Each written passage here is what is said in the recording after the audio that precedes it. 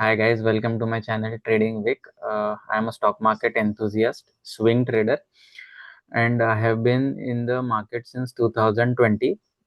Recently, I came up with the idea of spreading awareness about the stock market through my YouTube videos. So yes, starting from today, I have prepared an presentation which covers the basics of stock market, and slowly I'll be raising the bar by going into technical analysis, fundamental analysis, which I know. I am not claiming that I know 100% of the market. I am still learning since 5 years, and I'll continue to learn. And the question you might be getting is, you are going to tell us about the market, but have you made any profits in the market? So before starting, I'll be sharing the PNL statement of my Zerodha account with you guys for the authenticity purpose. So yes, so as you can see, this is my PNL for this year by swing trading. The profits I have made is around 2.21 lakhs, and the net realized profit is 2.16 lakhs. So basically, my strategy is that I want to risk less and I want to earn more from the market. So I don't want to take 40 trades, 50 trades, swing trades. I want to take minimum trades, but those trades should be very much powerful. And I have developed some indicators, not developed, I found out some indicators which really helps you. And EMA is something which everyone knows about. These are the basics one, but I have researched and found out some volume based indicators which really helps in the market. So starting with the presentation, I have made this presentation which states introduction to stock market. So this is the content which I'll be covering slowly: the need to invest, regulators, financial intermediaries, then IPO market, stock market index, what are commonly used jargons, trading terminal, what is clearing and settlement, registrar, which includes registrar, and settling corporations, like the work of CDSL and SDL, what are corporate actions, and how does it impact the prices, like bonus issue, right to issue, split, buybacks, then what are the key events. All this will be covered slowly in various videos. In this video, I'll be covering why you need to invest in the market. So consider you're starting at the age of 30, and your starting salary is 50,000, and you're spending 30,000 per month. That means 20,000 is surplus. Okay, assuming your employer gives you 10% salary hike and the cost of living rises by 8%. Basically, this is inflation year on year. So if at the age of 50 you wish to retire, you have started at the age of 30, you are planning to get retired by 50, that means you have 20 years to do your service. So how much would be the amount you would accumulate at the end of 20th year? So the cash that will be accumulated will be 1.78 to 1.79 cr after 20 years of hard work. Let us understand this on Excel way much better. So this is the Excel as we have discussed. So the income is 50,000 per month, expense is 30,000 per month, surplus is 20,000. 20,000. Assuming employer gives 10% hike each year. Okay, so in first year, your income will be 6 lakhs rupees, 50,000 into 12, and your expense for the year will be 3 lakh 60,000. So the surplus amount would be, which would be with you in your bank account, would be 2 lakhs 40,000. Okay, so if we calculate this for 20 years, the amount that would be at the end of 20 years would be 1.78 cr.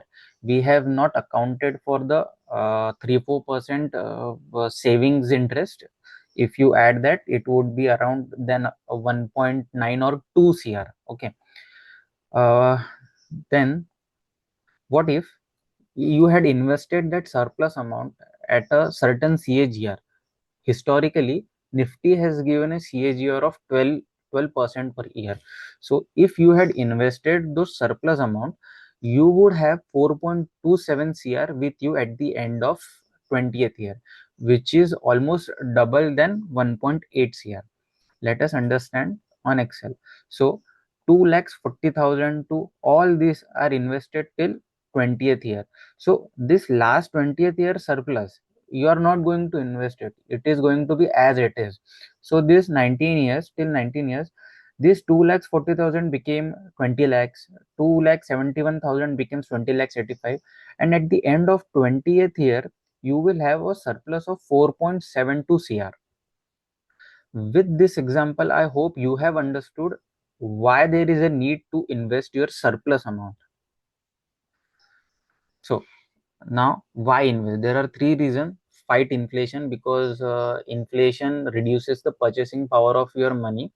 So each year, 100 rupees become 93 rupees. Then again, it becomes 87 rupees in such manner.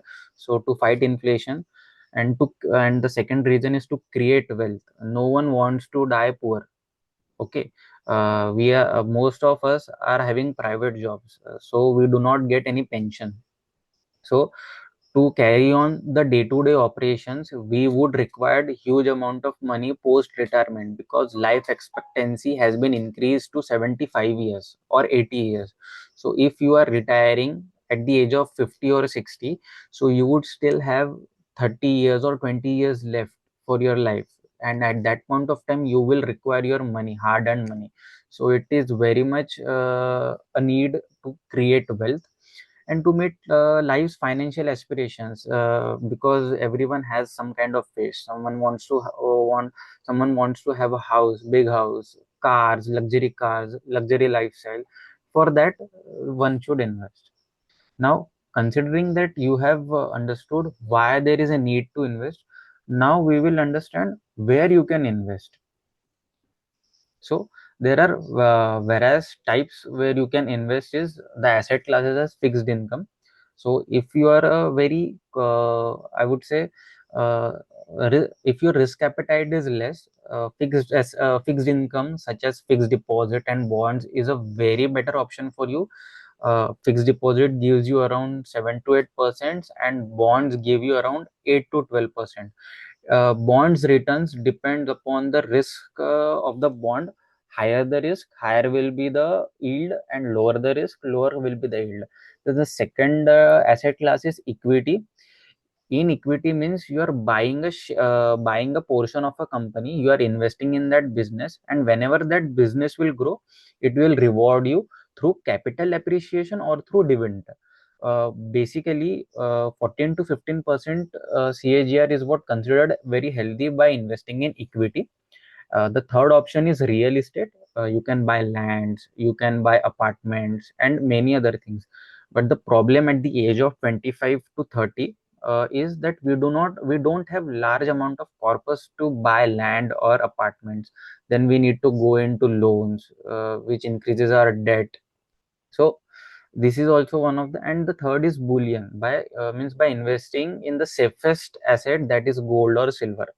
So if you invest that surplus of 20,000 per month over 20 years in fixed income, considering 9% per annum, it would have grown to 3.3 lakhs. If you had invested in bullion at 8%, it would have grown to 3.09 lakhs. In equity, it would have grown to 54 lakhs. We had assumed 12% CAGR, hence we got the value of 4.27. Here we have considered 15%, so the value is 5.4. Asset allocation guideline is a young professional who is into his accumulation phase, like till 24 to 35, 40, he is always in his accumulation phase. So at that point of time, one can take a lot amount of risk, a high level of risk, by investing in equity. And in equity, there are subcategories like large cap, mid cap, small caps. Small caps are gives a lot of returns, but they are riskier. Mid caps give steady returns, but they are also little less riskier than small caps. And large caps are the heaviest companies in the Indian market, whose business has been matured right now. So these are various categories. So as you have understood, what are the various things you must know before investing? The first is risk and return. One should only risk that much amount of which he is capable of. In example, I'll be telling you about my swing trading category. I usually follow 1:3 or 1:4. So, for example, if I am putting 1 lakh, I would want only 5,000 of my capital to be gone, means a stop loss of 5,000, but the profits that I am getting from the that opportunity would be the chances of it giving me the returns should be 20,000 to 30,000. So it becomes 1:4. Then fixed income, it protects your principal, but inflation adjusted returns are always negative. So most probably youth are always into equity portion. So in equity, with by investing in equity, you will be able to beat the inflation. You will be able to beat the inflation of 7% by generating a CAGR of approximately 12 to 15%. As you know, you can also invest in real estate, but there are a lot of other costs involved in real estate, like stamp duty, registration, and also there is also a liquidity issue.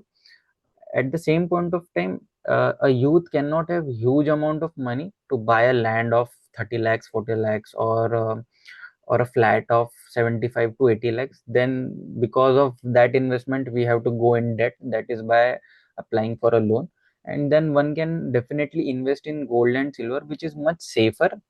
So everyone should, in their asset allocation, must have gold and silver, or either gold in their portfolio, because it steadies your portfolio, because equity portfolio is usually highly volatile, and this volatility can be reduced by having safer assets in your portfolio. So the key takeaway from this first chapter of the need to invest is: invest to secure your future. The corpus you build is highly sensitive to the rate of return. Choose an instrument that best suit you. If your risk appetite is less, go for fixed income assets like FDs and bonds.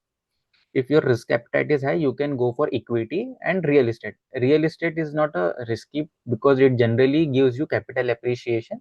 So I would say, risk appetite is high, then go for equity. Equity should be part of your portfolio, because it is the only asset, along with real estate and gold, which beats the inflation. So in the next chapter, I'll be covering about the various regulators, and in similar fashion, I'll be covering all these 13 or 14 small topics before moving on to some big major topic. Thank you.